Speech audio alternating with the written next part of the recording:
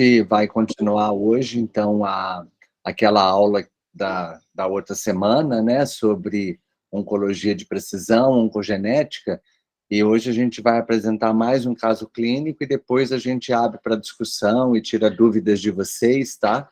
Só reforçando, né, que essa oncologia de precisão, ela é uma realidade, a gente já usa, né, esses casos todos que eu tenho apresentado são casos reais, né, e esse aqui também é um caso real, né, de um paciente que eu já acompanho há mais ou menos um ano e pouco, e eu vou poder, inclusive, dizer um pouco dessa evolução dele, tá? Então, esse paciente, ano passado, ele tinha 44 anos, né, e de São Paulo, mas natural de Minas Gerais, né, e ele abriu o quadro com um aumento de gama-GT, né. Na nossa avaliação, né, ele tinha uma história familiar, né, que a gente olha, não são tantos casos, né, isso é uma coisa interessante, porque quando a gente faz o heredograma e você só coleta os casos de câncer, você não tem essa visão, né? Você vê que esses casos de câncer, embora tenham alguns tumores na família, eles estão muito diluídos, né? Pela quantidade de irmãos e tios e primos que esse paciente tem, né? E a gente não consegue subir tanto a árvore, né? A gente vai até os avós ali, mas não conseguiu ver tantos os bisavós, não consegue ver tantos os irmãos dos avós, né? Que é uma coisa muito normal, né? Hoje em dia a gente não saber tanto da história familiar. Esse paciente relatava, né, uma história prévia de uma doença de Hodgkin aos 27 anos, na época tratada com a BVD. Segundo ele, não fez radioterapia, então foi tratado com esquema clássico, né, de doença de Hodgkin, ficou curado, e agora aos 44 anos teve esse aumento de gama-GT, e essa história familiar, né, de avó materna, com câncer aos 68 anos, quem não sabia qual que era, a tia materna com câncer de mama, um tio materno com hepatocarcinoma, mais associado, segundo ele, a hepatite B e cirrose, e que fez transplante hepático, um outro tio materno com câncer de bexiga, aos 56, e uma prima paterna com câncer de mama aos 55, que faleceu aos 56. Quando a gente olha essa história, não tem nada assim que chame atenção do ponto de vista de oncogenética, aparentemente são um agrupamento familiar de câncer, né? A gente não pode garantir que sejam só tumores esporádicos, né? Mas pode ter aí um fator de um score de risco poligênico, né? Alguma coisa que não seja um gene de moderada e alta penetrância, até porque essa associação de mama, hepatocarcinoma, bexiga e o Hodgkin dele não lembra nada, né? Será um Lifraumene, talvez, mas assim, com tão poucos casos, né? Uma família tão grande, a gente não imaginava o que a gente ia encontrar pela frente, tá? Então, vamos continuando aqui. Então, o que aconteceu? Esses aumentos de gama-GT foram feitos descobertos por exame de rotina. Esse é um paciente que bebe todo dia 1 a 2 cálices de vinho por dia, tá?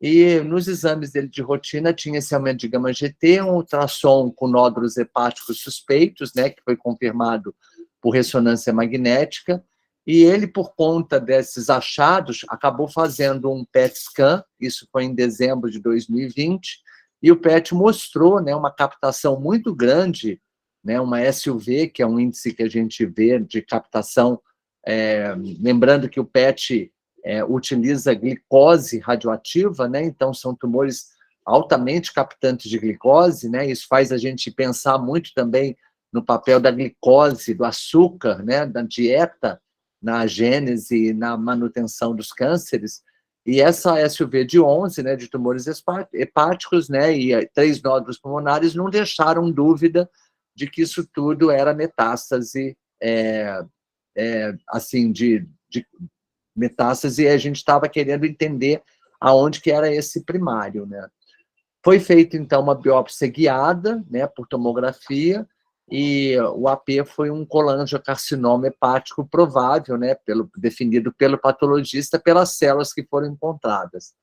de história patológica pregressa, como eu falei, além da doença de Hodgkin, aos 27 anos, ele tinha um cisto pilonidal e trombose de artéria pulmonar, que na época foi tratada com Marevan.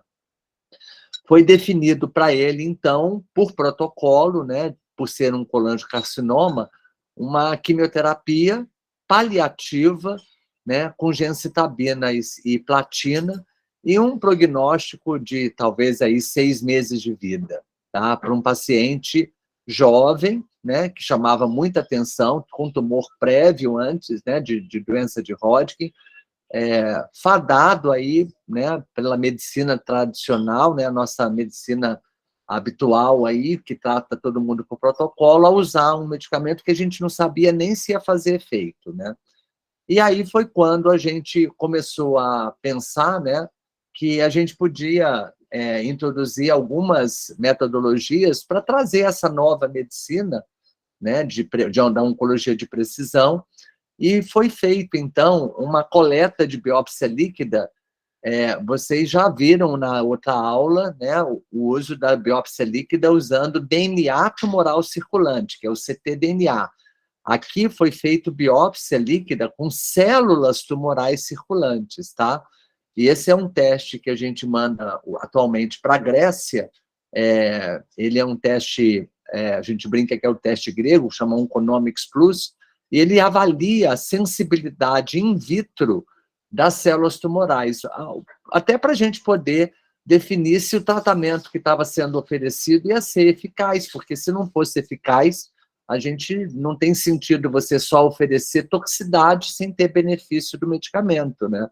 Então, a gente optou por fazer esse teste, né? Um teste caro, hoje ele custa na faixa aí de R$18.000 para fazer isso, mas eles isolam as células tumorais circulantes, né? São filtradas essas células por quase uma peneira, né, de células tumorais, e essas células são cultivadas in vitro, elas são crescidas, e cada pocinho é tratado com medicamentos diferentes, né? Então, a gente consegue fazer um teste in vitro. Não é a mesma coisa que fazer uma situação em vivo, mas para sensibilidade e resistência, a gente pelo menos consegue saber que medicamentos que a gente poderia potencialmente usar, não significa que eles vão funcionar em vivo, mas pelo menos a gente teria um painel de resistência, que geralmente a resistência in vitro está mais bem relacionada do que a sensibilidade in vitro, tá? E por conta desse protocolo, né, ele iniciou gemcitabina e platina, acabou tendo uma obstrução biliar, precisou colocar o stent, né, que nem a gente coloca no coração para dilatar a artéria coronariana, ele colocou um stent biliar por endoscopia, ainda teve uma pancreatite aguda que foi tratada, quer dizer, tudo isso acaba atrasando o processo, né? E, lógico, com todo essa possibilidade de não responder ao tratamento, né? Como aquela tentativa e erro, né? Segue um protocolo, o que é melhor para a maioria, será que vai ser melhor para ele, né? E esse foi o resultado do teste, que saiu 15 dias depois, ele já tinha feito a primeira dose, né? Mostrando que o tumor era bastante sensível a esse esquema, né? De Gensar e platina, né? Já aparecia aqui do lado direito a resistência in vitro, né? Não sei se vocês estão vendo o meu cursor mexendo. Então, todos esses medicamentos daqui eram considerados resistentes, né? E essa faixa verde seria o de maior sensibilidade. Então, não era um tumor altamente sensível, né? Porque ele estava na faixa aqui do amarelo, mas a gente sabia que ia combinar, né? Que essa combinação seria efetiva, e a gente deu seguimento. Ele realmente teve uma resposta, né? Começaram a cair os níveis de gama-GT e tudo, e a gente acabou fazendo também, por conta da idade dele ser muito jovem, embora tivesse essa história de etilismo e essa relação com o álcool, né?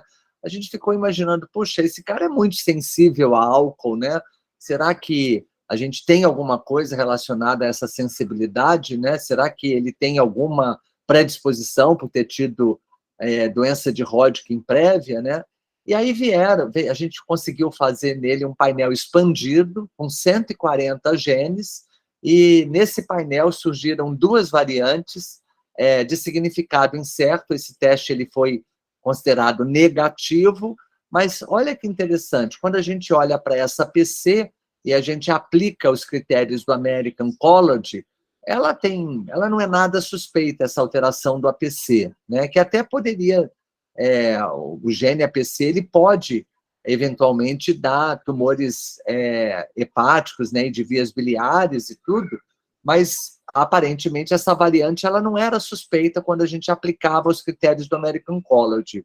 Mas a variante do outro gene, que era o PRF1, que é o gene que codifica a proteína perforina, né? Ela, pelos critérios do American College, ela já era provavelmente patogênica, tá?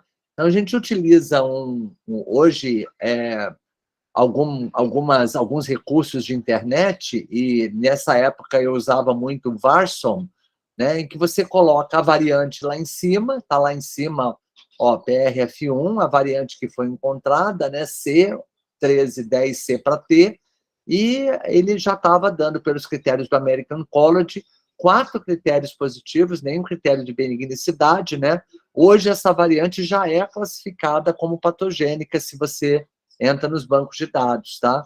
Agora, ela, na época, estava classificada ainda como uma VUS, mas a gente já viu, naquele momento, né, lá no comecinho de 2021, que esse paciente tinha critérios de patogenicidade. E alguém lembra para que serve a perforina?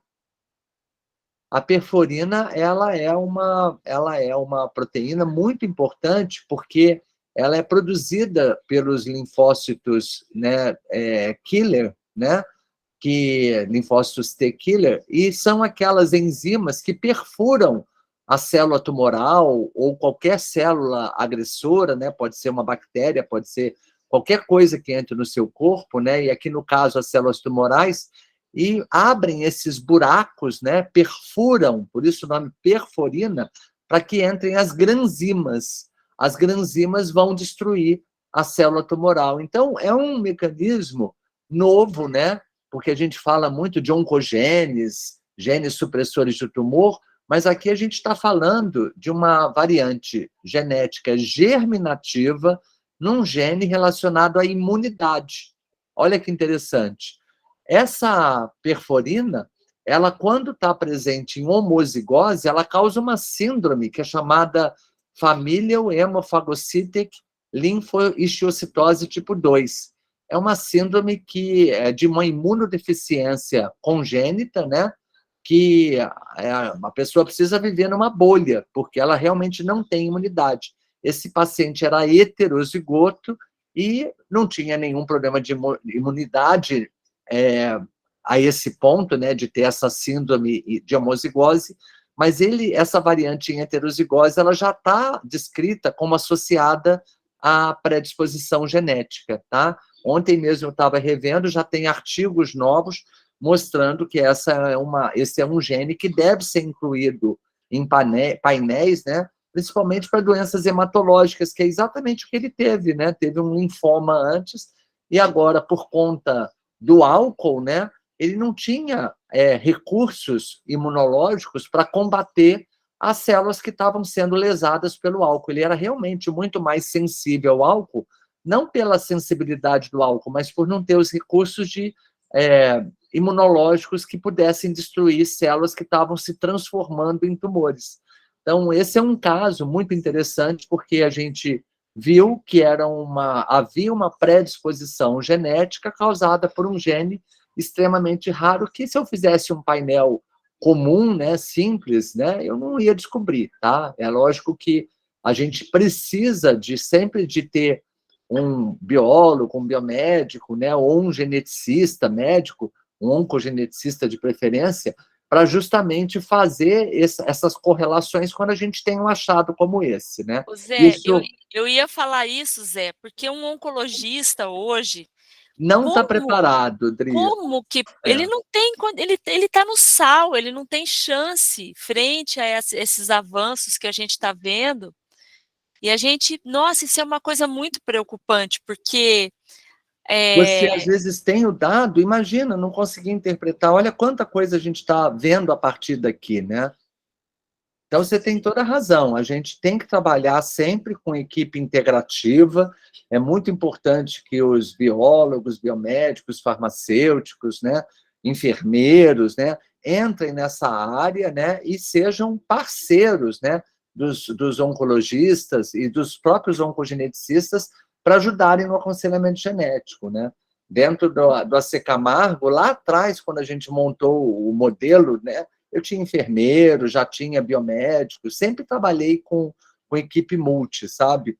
E esse é um modelo que a gente continua, né, e que quer que seja transferido para outros lugares. O oncogeneticista sozinho, ele pode dar conta, mas a equipe multi, ela ajuda muito, né?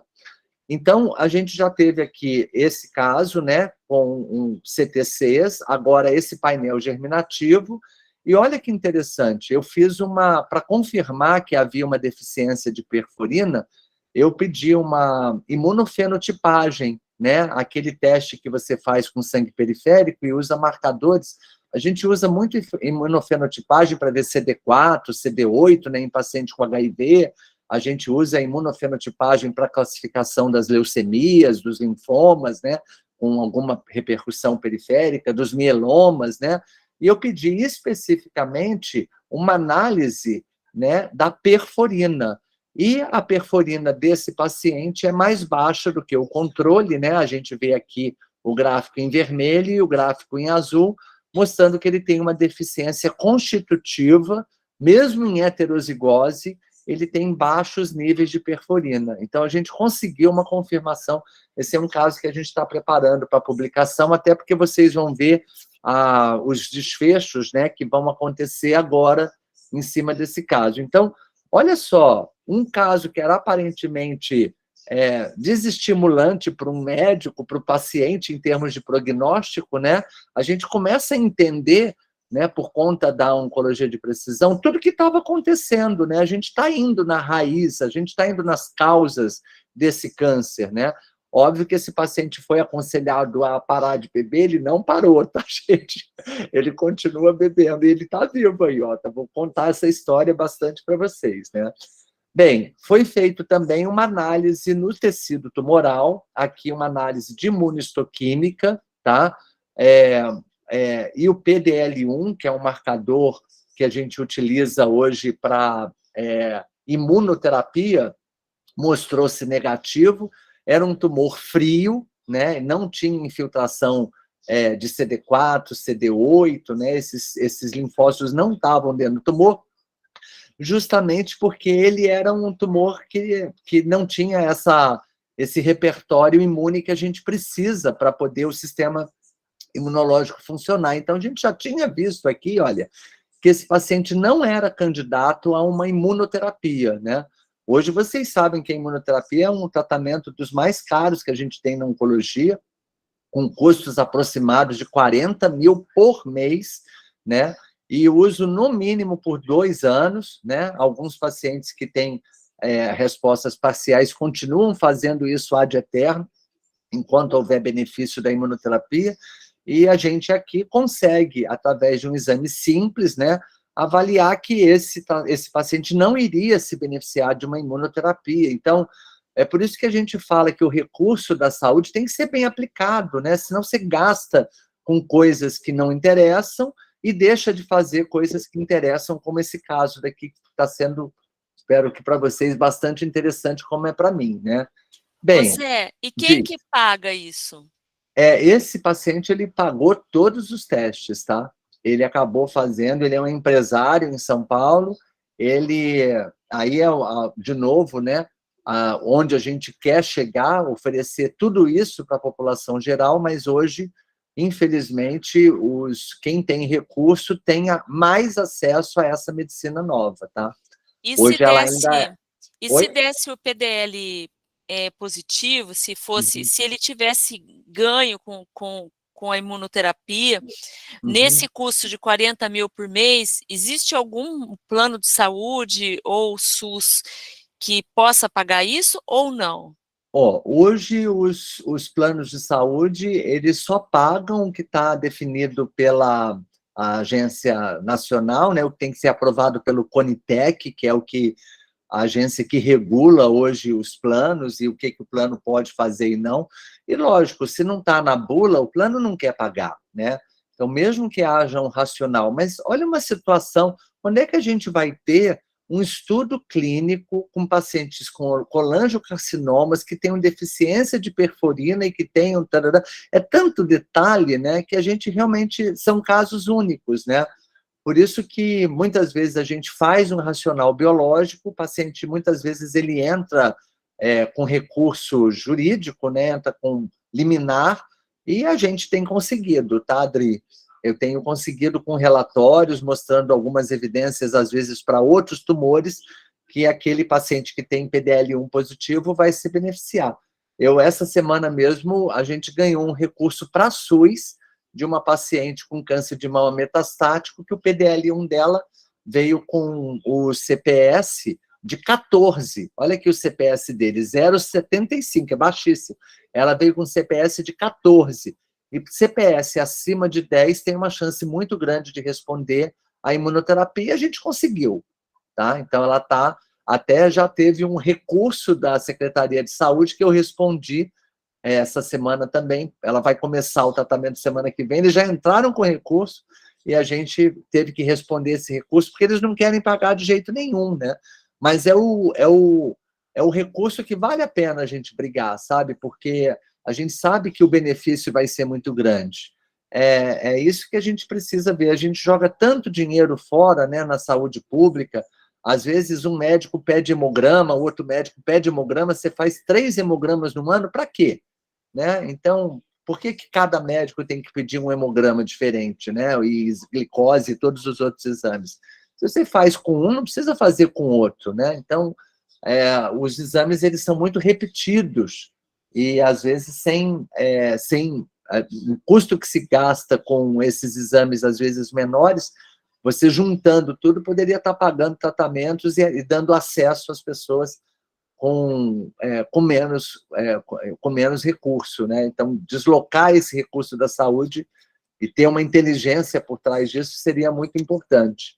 Acaba que esse caso daqui, então, esse paciente acabou arcando com tudo, né? Fazer um PDL1 hoje está na faixa de uns R$800, tá?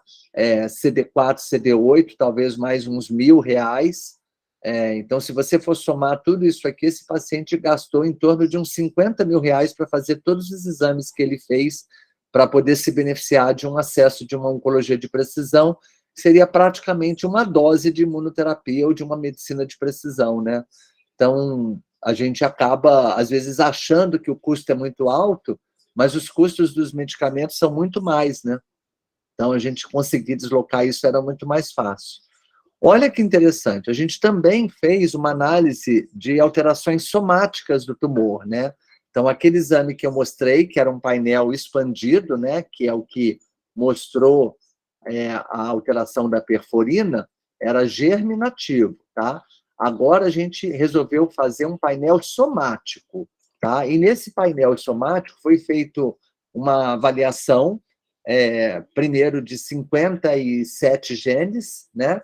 Incluindo BRCA1, BRCA2, ATM, CHEK2 e outros genes, e esse paciente veio com uma variante no gene BRAF, tá? Uma variante que é considerada hotspot, ela é bastante comum nos tumores, que é a variante V600E, tá?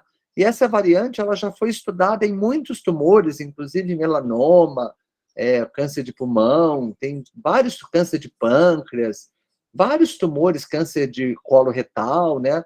E essa é uma variante que torna o tumor sensível aos inibidores de BRAF, né? Se vocês lembrarem da via RAS, RAF, MEK, ERK, né? É uma via oncogênica muito importante, né?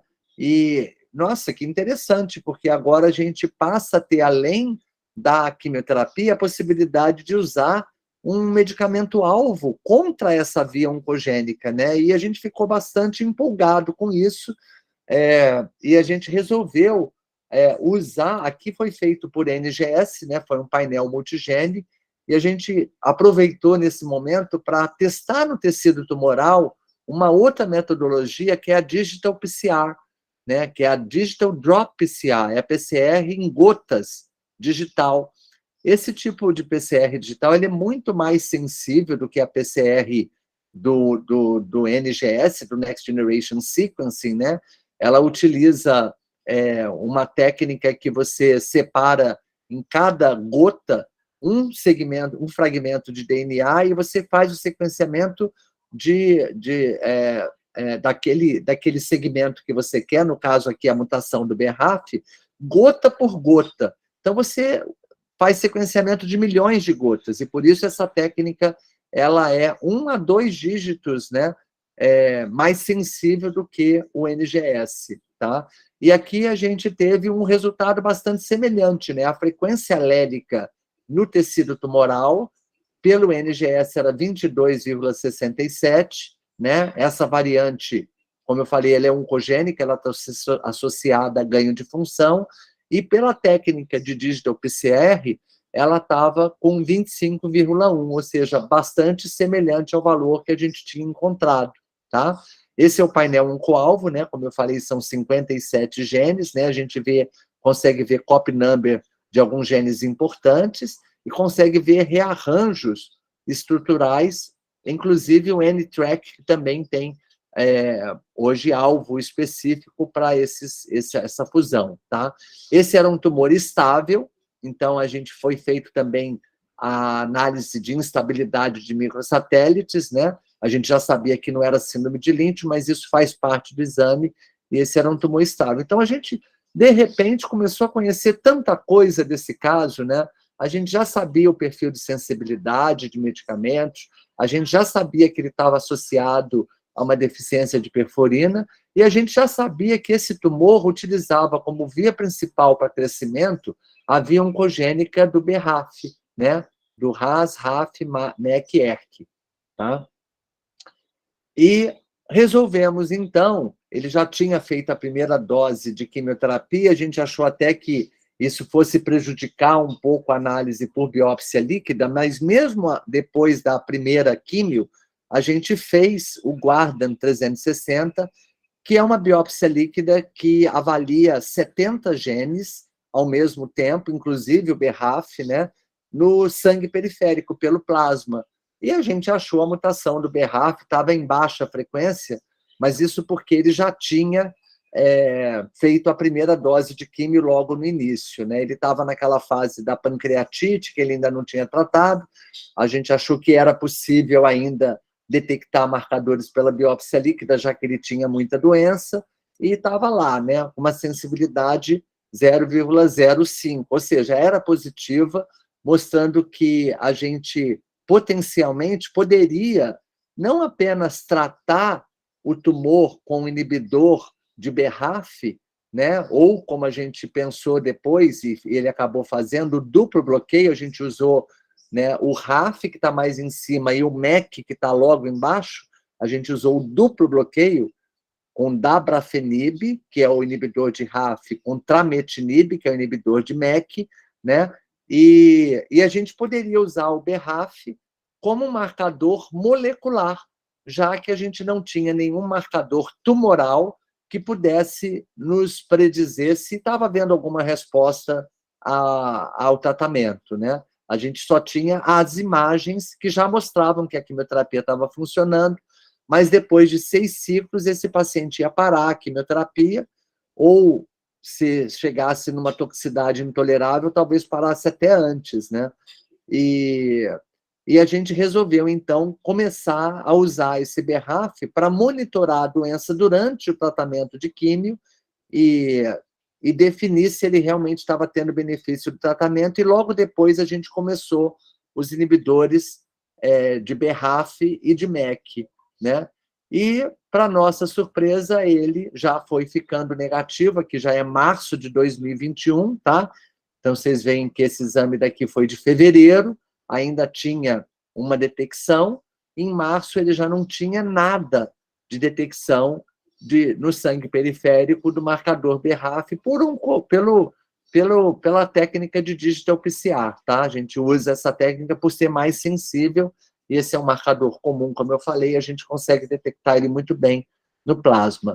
E esse paciente, ele foi caindo o DNA total tumoral, né? Isso depois ele baixa e normaliza aqui mais para frente, tá? A gente tem hoje uma análise para ele, todo mês ele coleta, né?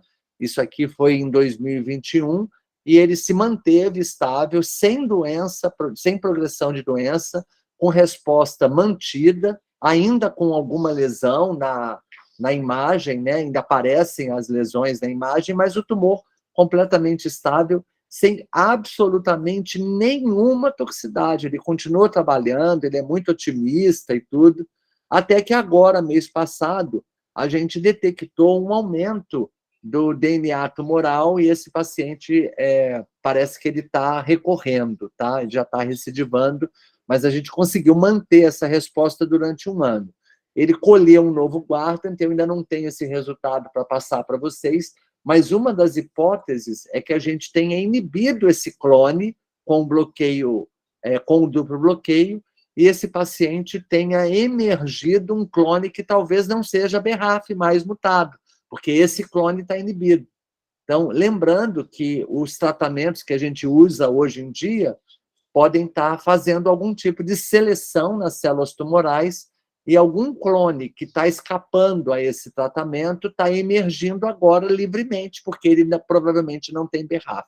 A gente optou, então, por fazer o painel... Zé, eu tenho uma pergunta. É porque, assim, é interessante essa questão a questão clonal do câncer, né? Que você pode ter vários clones diferentes, e aí você usa um determinado tratamento que vai matar apenas aquelas células que são sensíveis a esse tratamento, selecionando para sobrevivência aquelas que não respondem. Mas, friamente pensando, Zé, um ano inteiro que essas células poderiam estar livremente crescendo. Nossa, esse paciente já não estaria aqui, Dri. Não, não é essa a questão. A questão é outra. A questão não era um clone que estava lá inicial. É um clone que apareceu depois. Ou estava, viu? Porque, assim, Como isso? hoje a gente sabe, por exemplo, nos tumores de mama, que uma das variantes comuns que aparece nos cânceres de mama, de resistência à hormonioterapia, é o gene ESR1, é uma variante no gene do receptor de estrógeno. E a gente achava exatamente isso que você falou, que surgisse um clone que não tivesse a variante e que esse clone emergisse, né? Os estudos mostraram que o ESR1, ele em quantidades mínimas já tinha células ESR1 mutadas lá no início. A mesma coisa acontece às vezes com EGFR, acontece com outras variantes. Então, não dá para a gente dizer que não haja uma outra célula que lá no início, hoje a gente ainda não consegue, não tem essa sensibilidade, mas pode ser sim, que esse clone novo tenha surgido no meio do caminho, tá? O tumor, ele acha um jeito de escapar desses bloqueios, como se ele tivesse um GPS, né, gente? Você tem uma estrada que você bloqueia aquela via, né? Como a gente bloqueia uma via genética, você bota no GPS e você acha um caminho novo, né? A gente acha que tumor não tem GPS, mas muitos têm, tá? Então, eles vão achar um caminho novo para crescer, eles vão buscar uma via alternativa. E essa força da evolução tumoral é uma força darwiniana, né? Se a gente for pensar a sobrevivência das espécies, né? E como as espécies evoluíram no mundo e como que a gente foi se adaptando ao meio, o tumor nada mais é do que uma evolução da espécie humana em um conjunto de células, né, que você está vendo num tempo muito acelerado.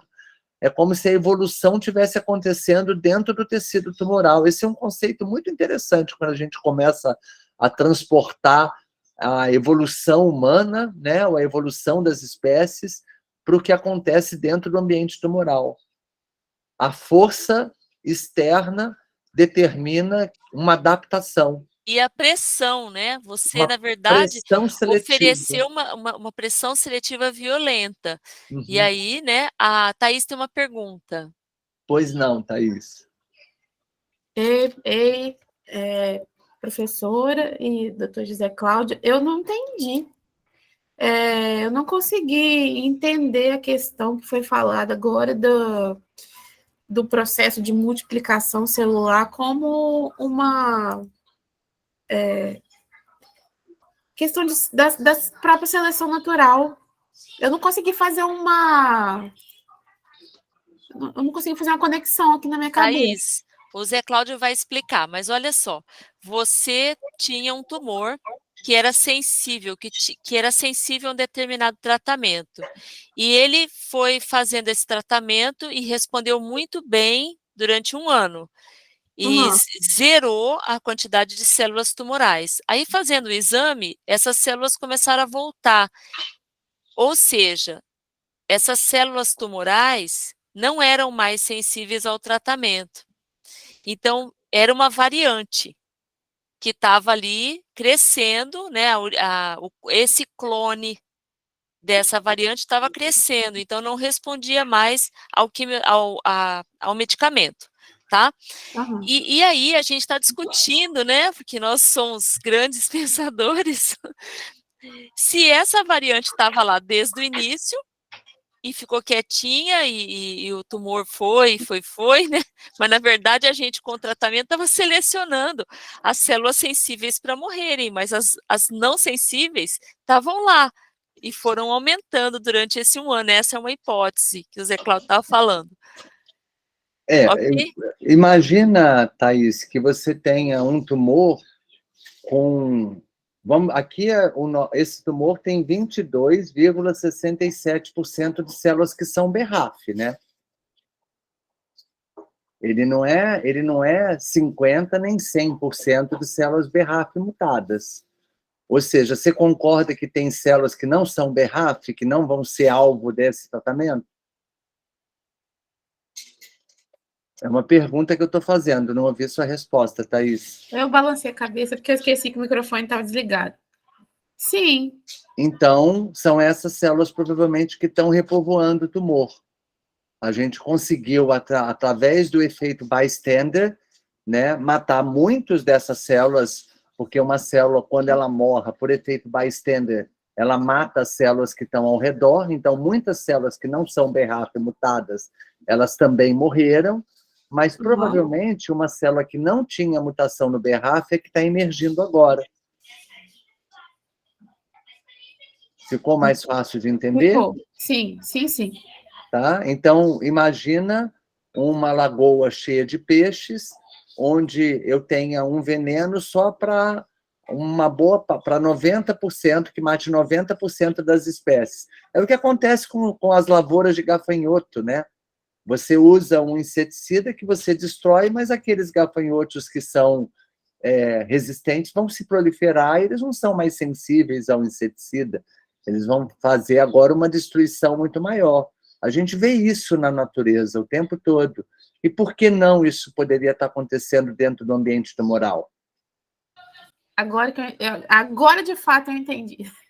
Tá bom, ótimo. Obrigada. Então, assim, a gente faz, quando a gente usa um medicamento, uma pressão seletiva para que as células sensíveis morram. Mas eu não estou atingindo todas as células, né? As células que não têm mutação podem estar agora fazendo a festa. Tá? Então, esse tumor provavelmente ele está emergindo agora com novas características genéticas que a gente precisa conhecer. Nós vamos ter que voltar lá atrás. Só que ao invés de eu fazer uma nova biópsia tecidual, como foi feita nesse paciente no início, eu preferi fazer uma nova biópsia líquida. Tá? Então, esse que é o que a gente está no momento atual, né, onde ele foi coletando, isso aqui ficou monotonamente zerado durante esse tempo todo. Vocês veem que desde março de 2021 até agora, gente, 1 ano e meio de resposta só com duplo bloqueio de BRAF e MEK, tá? O inibidor de BRAF e de MEK. Então, assim, acho que esse caso ele acaba ilustrando bastante assim, para a gente um pouco dessa oncologia de precisão, né, que a gente está falando o tempo todo e trazendo como, né, uma novidade, né, para vocês, que eu acho que é como a gente vai ter essa medicina acontecendo daqui para frente, né, à medida que isso vai se tornando mais viável, e como já é nos Estados Unidos, já se cobre biópsia líquida nos Estados Unidos pelo convênio, já se paga painéis de farmacogenética, né? A gente consegue, em outros países, já cobertura pelo convênio, a gente só precisa convencer as nossas fontes pagadoras de que isso é custo efetivo, e por isso a gente precisa de estudos no Brasil, a gente tem que mostrar que isso acontece e que a gente tem essa capacidade de oferecer tudo isso aqui. O recurso a gente tem, os equipamentos são exatamente os mesmos que a gente tem hoje na biologia molecular. Por que a gente não pode fazer? Nossa, hein? Que legal, viu? Adorei o Um caso caso. clínico. Nossa, é ótimo, né? Vocês têm dúvida, gente? Bem, a gente ia falar um pouco da questão de custo também, né, Dri? Hoje, uma biópsia líquida personalizada, né, para você fazer uma análise no tecido tumoral, primeiro, né, uma análise de mutações somáticas, se a gente for usar os painéis que hoje estão no Brasil, que vieram dos Estados Unidos ou de outros países, isso custa na faixa de R$14 mil, tá? Então, um painel, por exemplo, como é que chama? O Foundation One, que é um painel que é muito usado hoje pelos oncologistas, ele custa muito caro, tá? Mas hoje a gente consegue fazer in-house, né, usando até alguns kits da Thermo Fisher, né, que é esse painel Oncomine expandido, a gente consegue fazer em torno de R$5 mil, tá? A gente faz um painel de 400 genes hoje por esse valor, né? Ainda é muito caro, né? Mas uma parte dos laboratórios divide esse valor em 10 vezes, tá? Uma biópsia líquida, hoje, se você for fazer um marcador, por exemplo, como esse paciente fez, ele paga R$650 por coleta, tá? Também, para quem faz isso regularmente, não é tão barato, mas em comparação com o que a gente podia imaginar antigamente, né, isso já caiu bastante o preço. A gente que é da época que se fazia BRCA1 e 2 só por R$15 mil, né?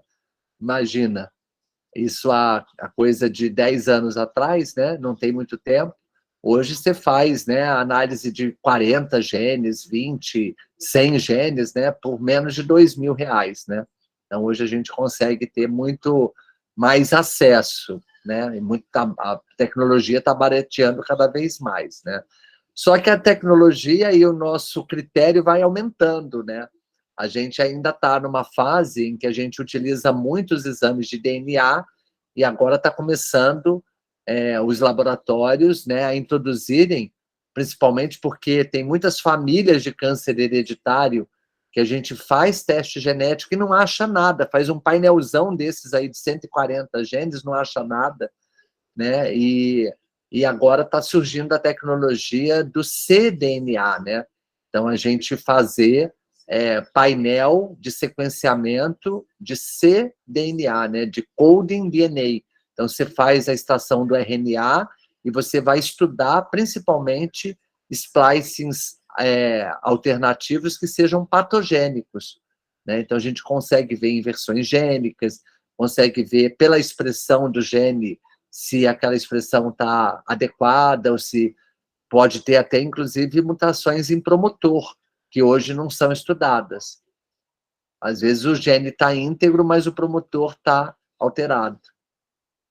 Então, possivelmente, nos próximos anos, a gente vai esclarecer por que esses casos de câncer hereditário que testam negativos, né?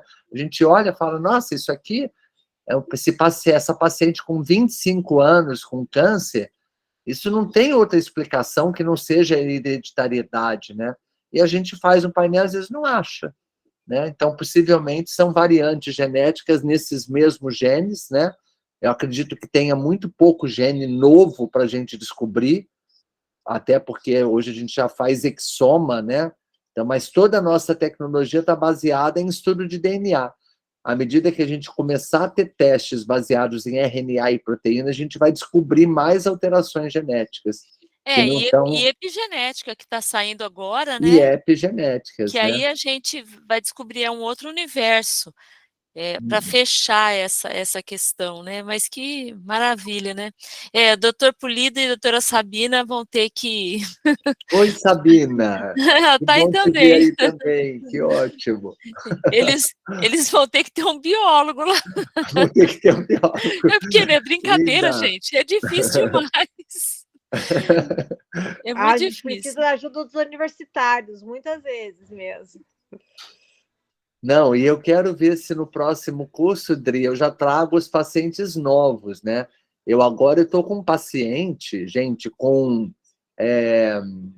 síndrome de Turcot, que é o paciente que tem a síndrome de Lynch e tumor cerebral, né? Então, ele tem um glioblastoma multiforme, uma história familiar enorme de câncer coloretal, e o tumor tem instabilidade de microsatélites, e a gente está fazendo imunoterapia e ele está respondendo, né?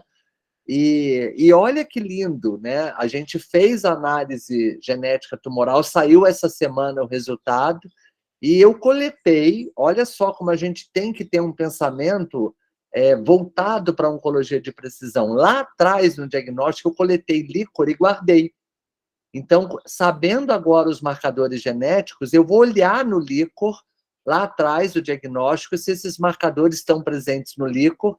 Ele já fez uma coleta depois do início da imuno, após 2 ciclos, e vai fazer agora após 6 ciclos, e a gente vai ver esse washout, né, mostrando uma resposta terapêutica, não no plasma, mas uma biópsia líquida de líquor. Essas coisas também tem que... É legal a gente estar tudo bem embasado para poder publicar esses estudos de caso, porque no caso de câncer, uma doença nunca é igual à outra. As doenças, elas têm um componente molecular que é diferente. Como né? todo mundo é diferente um do outro, né? Todos os cânceres são diferentes um do outro. A gente agrupa eles pela histologia, às vezes agrupa por vias moleculares, mas não existe um câncer que seja igual ao outro, e como vocês viram, temporalmente o câncer pode se modificar, né? Então, o mesmo câncer ele vai se tornando, né, diferente ao longo do tempo. Você precisa ter retratos genômicos ao longo da evolução do tumor para saber que vias que eles estão crescendo, né?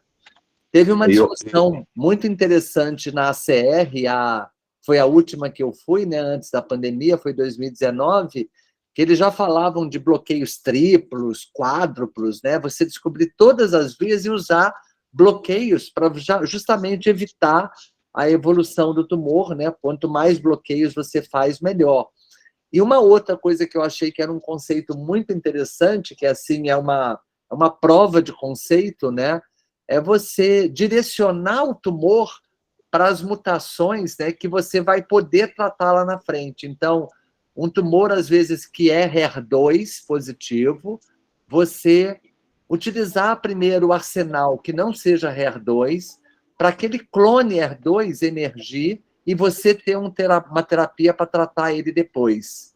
Então, ao invés de introduzir esse tratamento no início, às vezes você direcionar o tumor para a direção que você quer, né?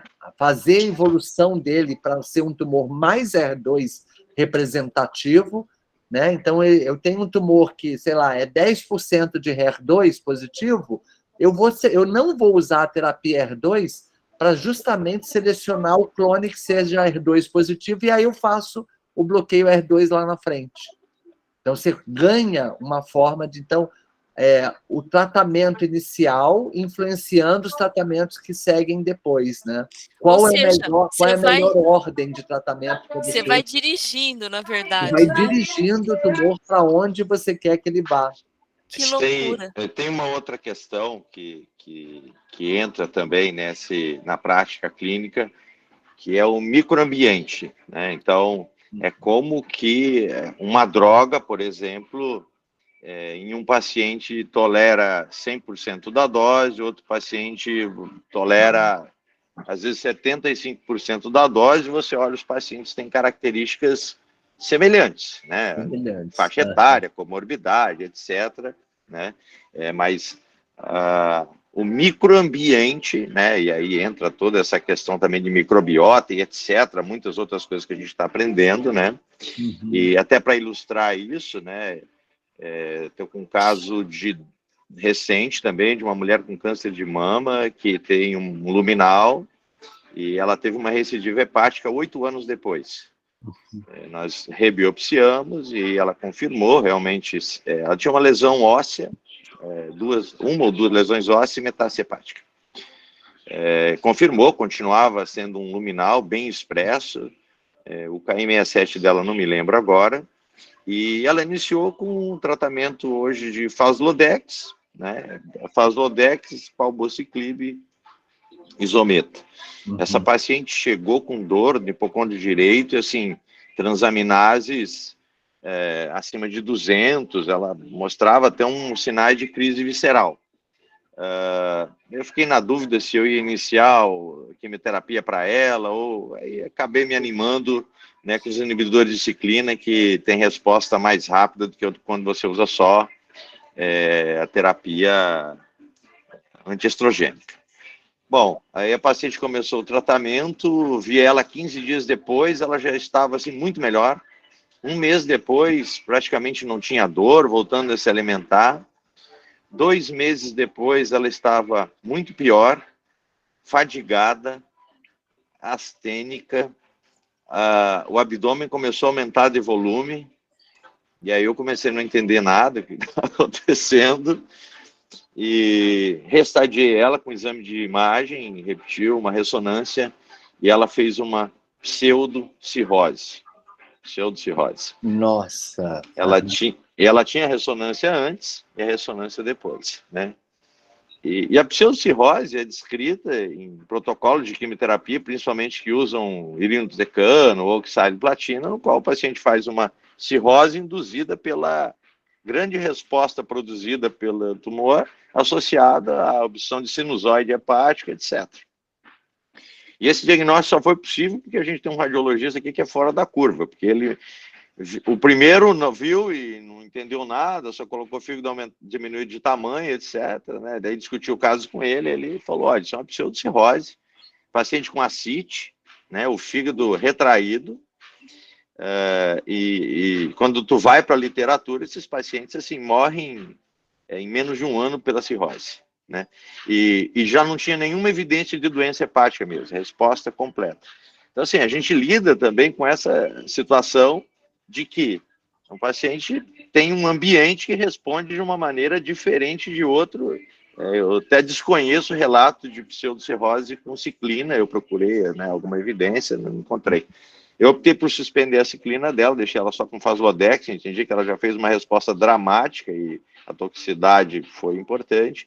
Vi ela agora, recentemente, semana passada, ela já está muito melhor, diminuindo a ascite. Eu vou ver o que vai acontecer com o fígado. Não sei o que vai acontecer. Se esse fígado vai regenera, né, Polido? Tomara que ela consiga regenerar um pouco disso, tirando a causa.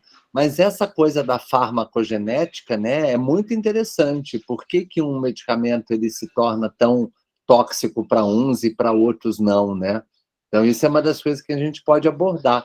Até pode ficar como sugestão, viu, Dri? Para a semana que vem, eu mostrar um pouco acho maravilhoso. A gente abordar a questão da farmacogenética, aproveitando e aí a gente pode essa bola aí do casos, né? Casos clínicos e a fármaco. Eu lembro de um caso clínico que você abordou, fantástico. Eu vou dar uma olhada aqui também o que eu tenho, e aí é legal. Mas tem tá ótimo. Os artigos que eu tenho de tamoxifeno, que falam um pouco disso também, né? Como é que a gente consegue, através do biometabolismo, ter mais disponibilidade de droga ativa, né? Por que às vezes um medicamento não faz efeito numa pessoa, ou porque na outra faz tanto efeito colateral, né? Funciona, mas dá muito efeito colateral. Então, essa questão da individualidade dos tratamentos, ela é muito interessante da gente abordar também. Inclusive, seria legal até a gente juntar com aquela questão de produtos naturais que às vezes as pessoas acabam tomando e que alguns podem até atrapalhar o efeito, né, do medicamento. E alguns talvez não, né? Que nem a gente tem visto a questão do açafrão da terra. Tem artigos novos aí dizendo que pode ter benefício e tal, né, para câncer coloretal, principalmente, que eu vi. Mas, assim, legal a gente discutir isso. Legal, gente, ó, deu o nosso tempo, adorei, acho que foi o melhor dia para mim, porque foi leve, agradável, uma discussão clínica, né, e é uma coisa que não pesa, é maravilhosa, e a gente conseguiu gravar. Vou interromper, então, a gravação. Deixa eu aqui gerenciar a gravação, vou interromper, só para a gente se despedir aqui. Então, eu quero agradecer a presença do José Cláudio Casale, da Rocha, do AC Camargo. Ele é chefe do setor de oncogenética, né? E está montando um setor novo lá, que é o setor de práticas integrativas e complementares, né? Isso é maravilhoso, gente. A gente tem que inovar. Ter isso em mente, tem que inovar, né? É a epigenética, é a nova fase da oncogenética, né? Que é a oncoepigenética. A gente tem que ver microbioma, tem que, além de associar atividade física, dieta, né? A espiritualidade e o bem-estar como ferramentas de cura, né? E de manutenção da saúde. Eu tô achando que quando eu me aposentar, que vai faltar pouco, eu vou montar um negócio integrado com vocês. Ah, é maravilhoso, Dri. Eu estou te esperando. Você sabe que assim, nossa parceria, a gente vai trabalhar junto cada vez mais, né? Mas ela vai ficar aqui no Espírito Santo, é claro. Você vem junto, não tem problema, não. Vamos ter que fazer um clone seu, Dri. Vamos clonar, Dri. Não, a gente vai. Então, vamos agradecer, eu vou parar a gravação aqui agora, tá?